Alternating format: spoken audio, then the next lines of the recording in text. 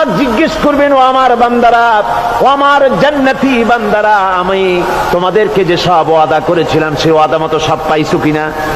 আমি ওয়াদা করেছিলাম আমার জন্য রাত জেগে যদি তাহাজ্জুদের নামাজ পড়ো, নামাজ রোজা হজ যাকাত যদি করো, আমার দিন কায়েমের জন্য যদি আন্দোলন করো, রক্ত যাও, আমার জন্য যদি কষ্ট করো, শহীদ হও, তাহলে আমি তোমাদেরকে জান্নাত দেব। যত ওয়াদা করছিলাম তা পেয়েছো কিনা?